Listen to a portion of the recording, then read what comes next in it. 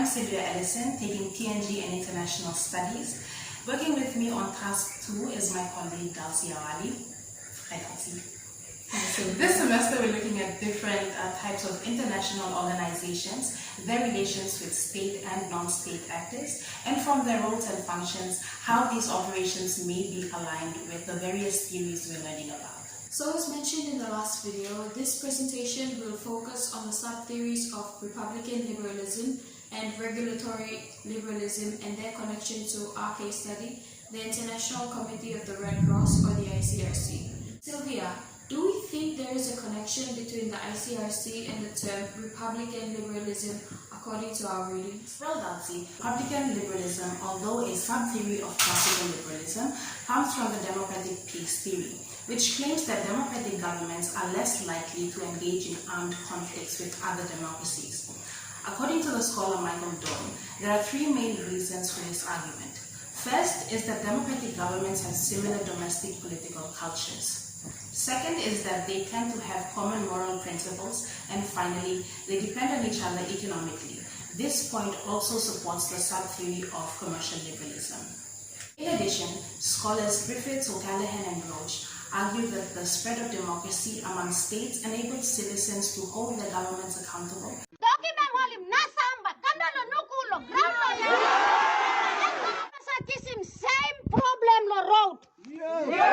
For decisions and policies made to promote the sectional interests or the elites of a nation.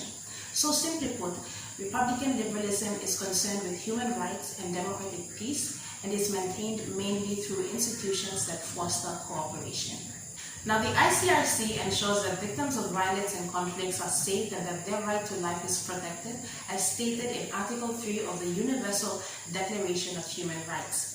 This aligns with the theory of Republican liberalism as it promotes democratic peace and fundamental human rights. Yes, we do think they have a connection.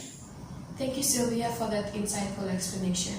Now, speaking of institutions, regulatory liberalism stresses on the importance of having an international political structure and institutions that enforce the rule of law. This is why it is also known as institutional liberalism. This would also ensure that the security dilemma across the world is moderated, according to scholars Griffiths, O'Callaghan, and Roach. As we learned last semester, international organizations and/or institutions exist to set norms and rules to regulate the behavior of state and other state actors in the international system. One of those institutions is the United Nations, or the UN. Sylvia mentioned the Universal Declaration of Human Rights. This document was drafted by representatives with different legal and socio-cultural backgrounds from across the world.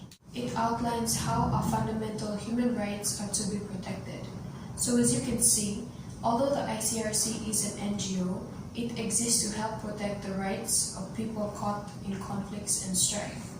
This shows a clear link to institutional liberalism. Thank you, Dalsi. A great example and a clear definition of regulatory liberalism. From our discussion, we can see that while Republican liberalism stresses on democratic peace, fundamental rights, and accountability, regulatory liberalism seeks to enforce laws, rules, and norms through institutions to maintain democratic peace and ensure the protection of fundamental human rights. And that brings us to the end of our discussion. Thank you for your attention. Hope you learned something from this discussion, and that's all from us today. See you next time. Bye. Bye.